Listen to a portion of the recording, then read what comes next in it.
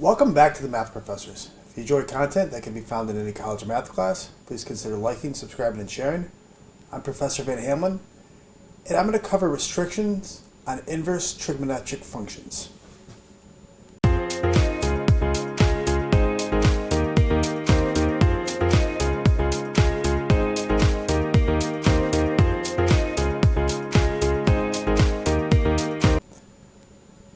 So let's consider a function that we're really familiar with, and let's say f of x is equal to x squared, and we know we can find its inverse as well, but the inverse is not as simple as just, the square root of x, because x squared is not a one-to-one function. So let's look at x squared, and then let's talk about its inverse. So x squared, is going to be this function here. So that is our f function, which is equal to our x squared. And I said that it's not one-to-one because to be a function, it's got to pass the vertical line test. To be one-to-one, it's got to pass the horizontal line test.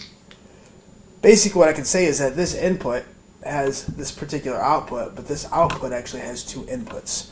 So let me make sure I show that graphically. So, for instance, if I have the output of 4, well, that output of 4 comes from, x is equal to 2 and also x is equal to negative 2 because, it goes to the point 2 comma 4 and also negative 2 comma 4. So for it to be a function, every input, so to be a function, we know that the input of 2 is going to map to 4, but this doesn't have an inverse because its inverse is going to map 4 back to, well, actually 2 numbers, not just one number. It's not going to just map it back to 2. It's going to map it back to negative 2 and also 2. So it actually is going to map, that set of numbers back. So this is a problem. We're trying to find an inverse. We want, the inverse to also be a function, and it is not. So let's kind of investigate if I want to try to find, say, the inverse of this algebraically, and then see if we can't figure out what restriction we'll use on this particular function. Then we'll extend it to inverse trig functions. So what we know is if I want to find this thing's inverse, we know that we can switch x and y and solve for y, or you can say f of f inverse of x is equal to x, and we have multiple ways to show that. But let's just go ahead and switch x and y. So if y is equal to x squared as our function, then its inverse is going to be, mapping back the other way, mapping y back to x. So now when I solve this thing for y, we're going to have, plus or minus the square root of x is equal to y, and that's because when you square root both sides, this technically is not just y, this is the absolute value of y, so that's why we get the plus or minus here. So we would say f inverse of x is actually the function root x, or f inverse of x is the function negative root x. So if I want to graph just the square root of x, what we know is we get this function here. Now if I want to graph the negative root function, it's going to flip that over the x-axis, so it's going to look like this. Now, together, these things wouldn't make a function because, together they wouldn't make a function because, in this case, you can see it doesn't pass the vertical line test. That's why, individually they're functions, but together, you can't really say that that would be a function. So that's kind of the problem here is if I was going to find this thing's inverse and using both sides of this, you're actually going to get, both pieces. It's going to look like this. So what do? Well, we want to use what's considered the common restriction, and the common restriction for x squared tends to be just the positive values of x. So if I just, restrict this on this domain, we'd say from, 0 to infinity, what it would do is it'd get rid of this half of this function, it'd still be closed at the spot here, which should also get rid of this negative 2 value. So that means now we just have this output of positive 2.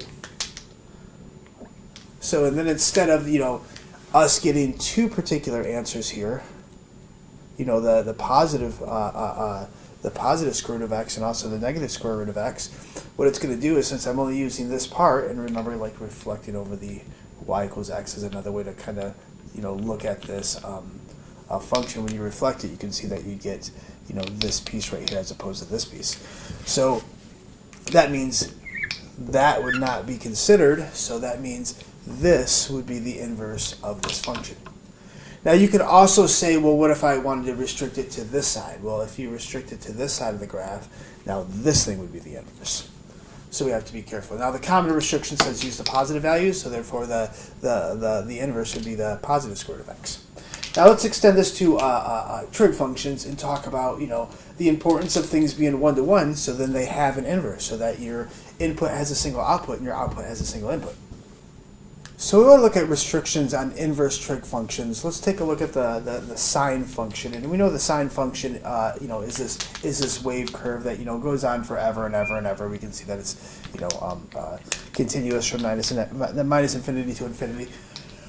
But even though this is a function because it passes the vertical line test, it is definitely not one-to-one because it doesn't pass the horizontal line test. Therefore, your inverses will not be functions because your outputs will map to more than one input. And we can see, like, for instance, right here, if this was an output, it would have this, this, this, this, this, this, and so on. All those things would map to this particular y value.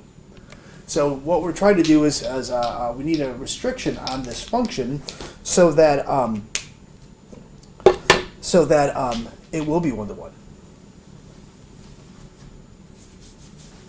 Now, in order to do that, we always use the first quadrant. The first quadrant, what I mean by that is, if we're looking at our, back to our unit circle, this quadrant right here from 0 to pi over 2, this we're grabbing the sine function by the y coordinates. When I want to do the first quadrant, I'm really talking about, this piece right here is the first quadrant. So we always include quadrant 1, so this is going to be part of our graph right here.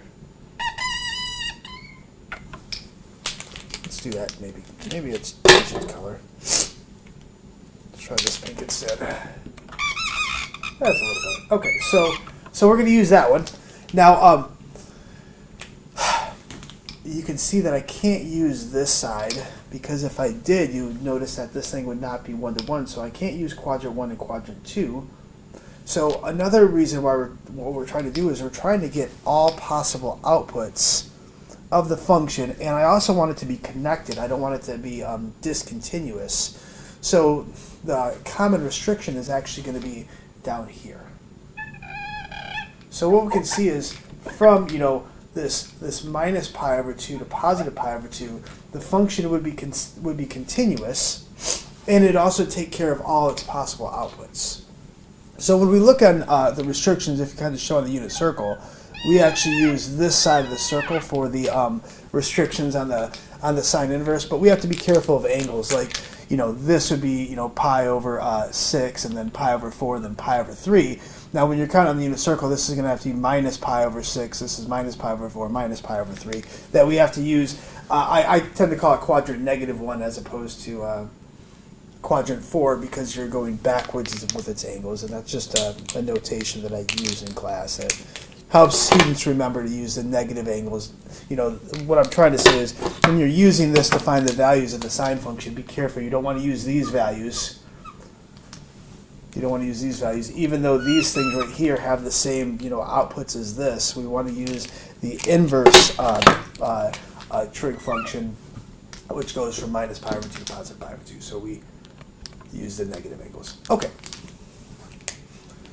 Now, so that's our restriction. So when I say f inverse of x, which is equal to the sine inverse of x, or we can call it the arc sine of x, is defined to be all values that really switch the x and y's for the sine function. So what we'd say is that if we can say if y is equal to the sine of x, and then in this case, this means x is equal to the sine of y. Because remember, if this is the input, if this is the inverse, and what it does is it takes your inputs and outputs and switches them, so it flips your x's and y's. And this is under angles, this in this case is going to be, y are going to be the angles because it's in the sine function, so this is going to be minus pi over 2 is less than or equal to y, which is less than or equal to pi over 2. And we'd also say that -1 is less than or equal to x, which is less than or equal to 1. Because this goes from -1 to +1. Now for the cosine function, we know it's it's still a wave function. It still goes, from minus infinity to infinity. It's continuous, so this is just going to keep going forever and ever and ever. But when we're looking at the restriction for this, again, we have to include quadrant 1, and quadrant 1 is going to be from 0 to pi over 2. So quadrant 1 is still going to be this spot. Now remember what I'm trying to do for inverse is I'm trying to find, I want the function to be continuous. I need it to consider all the possible outputs, which go from -1 to +1. And you notice that I can't use the same restriction. I can't go over here because, again, it doesn't handle all the outputs. So in this case, to make sure it's continuous and it handles all the outputs, we're going to use this part. So this is going to go, from 0 to pi. So when we're looking at, say, the unit circle, for the cosine inverse, we use the top half of the circle. And I don't have to worry about negative angles because in this case, all these angles are positive, so we're good here.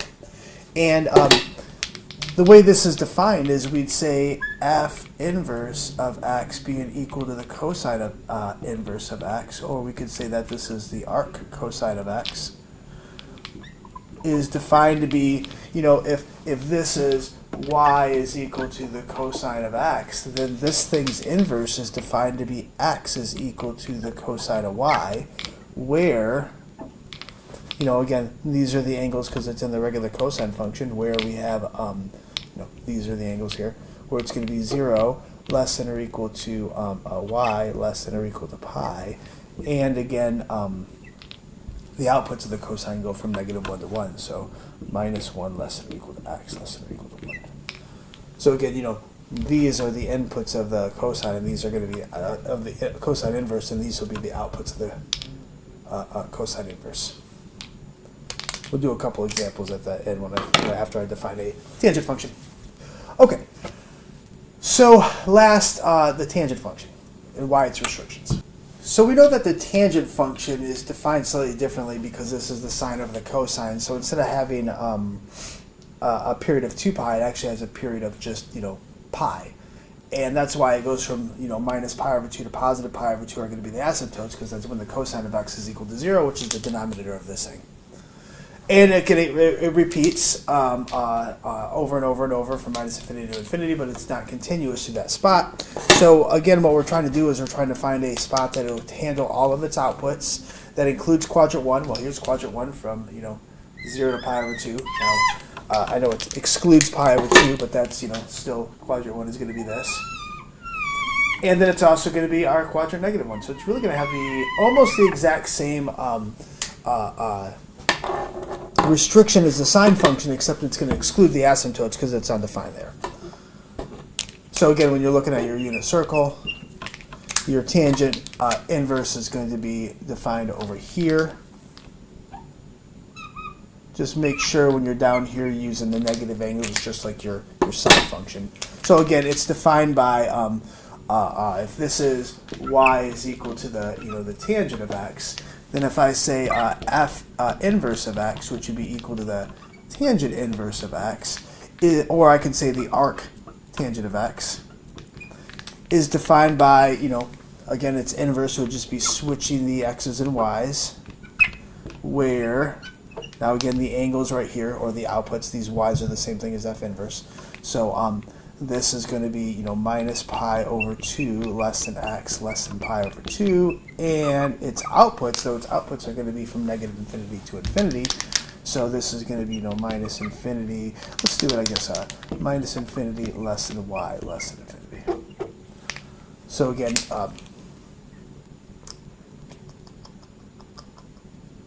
yeah.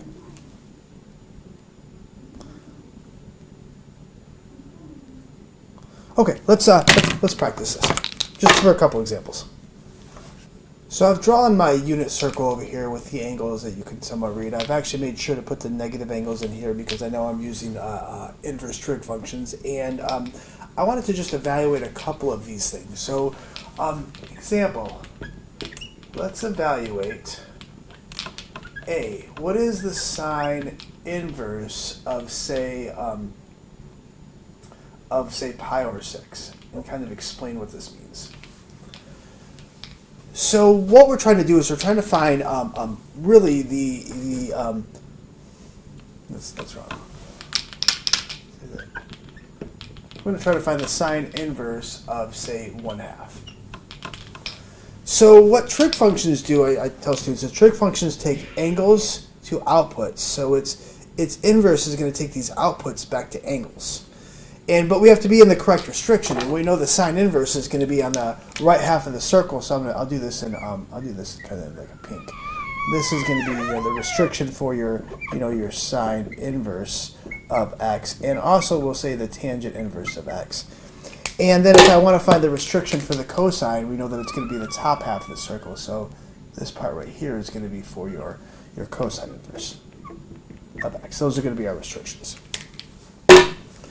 Okay, so what I'm trying to do is for the sine function, I'm trying to find, or the sine inverse function, I'm trying to find an angle to where I get a sine of 1/2, but I need it to be in the correct restriction. So when I'm looking for the sine function, I know it's going to be the y-coordinate, so I'm looking for 1/2, and I see it right here, and I also see it right here. But I need to know what one's in the correct restriction. We can see over here, this one's going to be in the right half of the circle. So that means, the sine of pi over 6 is equal to 1/2, so the sine inverse of 1/2 is going to be equal to pi over 6. So this is going to be equal to pi over 6, and we can say the sine of pi over 6 is equal to 1/2. That this is true because this is true, and we're in the correct restriction. So this is the answer to this thing. But again, we're used to evaluating trig functions, not really their inverse functions. So if you know their trig function, you actually technically know their inverse as long as if you're in the right restriction. So B, what about say the cosine inverse of say -1? So what I'm trying to do for our cosine inverse, I'm trying to find really the angle for which I get a cosine of -1. So we know that we're going to be in the top half of the circle, so I'm looking for -1 in the cosine location, which is going to be the x-coordinate, which is right here, which gives me an angle of pi. So this is equal to pi. And again, this is because I can say that the cosine of pi is equal to -1, therefore the cosine inverse of -1 is equal to pi. So really this is just justification of why these things are technically my answers is what I'm looking for. What about the sine inverse of, say, a -1/2? Well, what I need to do again is I need to find, the correct restriction. I can see the sine function for -1/2 is going to be in two spots. I have it here for a sine function because it's the y-coordinate, also here for the sine function. Now, your unit circle is going to call this 11 pi over 6, right? Remember, I need to be in the right half of the circle, so this is not the one, this is the one here. And it looks like it's going to be 11 pi over 6, but we have to be careful that the restriction doesn't use quadrant 4, it actually uses quadrant -1. That's why I actually wrote these angles in their negatives. So if this is pi over 6 here, then this is going to be negative pi over 6 here. If this is pi over 4, then this is going to be negative pi over 4, and then so on. So be careful, don't write 11 pi over 6, that is actually negative pi over 6. And again, that's because the sine of negative pi over 6 is equal to -1/2, and that bad boy is in the right restriction. So this is our answer. Let's do a tangent inverse. What about the tangent inverse of, say, 1? Now, what I'm trying to do for a tangent inverse is very similar to finding evaluating a tangent function. You know that the tangent is going to be the sine over the cosine. So in this case, I need to start dividing, the y-coordinate over the x-coordinate and figure out what values give me -1. I'm sorry, +1. So we can see that if I divided those two numbers, or if I divide those two numbers, root 2 over 2 divided by root 2 over 2 is going to give me 1, and same thing if they're both negative, it's going to give me 1. And I need to make sure that we're in the correct restriction. The tangent inverse is on the right half of the circle, so we know that it's actually going to be this one, not this one. So this is our angle. So this is going to be equal to pi over 4. Let's do one more. What about the tangent inverse of, say, minus root 3? Again, what I'm trying to do is I'm trying to divide your y-coordinates over your x-coordinates, because we know that, for instance, the reason why this is true is because I can say the tangent of pi over 4 is equal to the sine of pi over 4 over the cosine of pi over 4, which is equal to root 2 over 2 divided by root 2 over 2, which indeed is equal to 1. So the tangent of pi over 4 is equal to this 1, therefore the tangent inverse of 1 is equal to this pi over 4, which is what the answer we're trying to do. So that's why I was doing this. I was dividing these things to make sure I get 1. Now I need to divide these coordinates in order to get, say, the square root of 3. So let's see, what'll do it? Well, this is going to be the 1, right? Well, actually, that would be positive root 3, so that's not the 1. This is going to be the 1. Remember when I have to do my y over x. So if I want to figure this out, this is going to give us, be careful, we have to do our angles backwards, so it's going to be our minus pi over 3. So let's try that. What is the tangent of minus pi over 3? Well, this is the sine of minus pi over 3, which is going to be this root 3 over 2 in the negative, and then over 1/2, and we can see when we multiply by the reciprocals, those 2's are going to cancel, so this indeed gives us negative root 3. Therefore, if this maps to my what I'm looking for, then this will map back through its inverse, so minus pi over 3.